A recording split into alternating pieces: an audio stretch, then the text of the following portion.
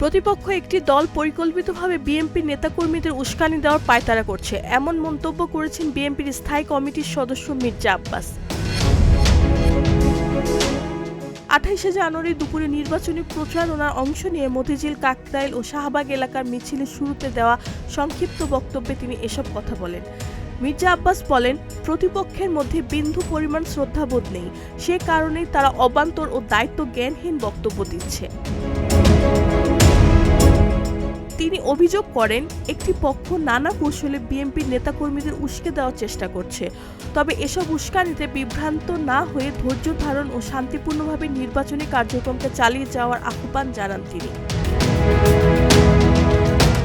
তিনি আরও বলেন, আগামী 12 ফেব্রুয়ারি ভোটের মাধ্যমে জনগণই এর উপযুক্ত জবাব দেবে।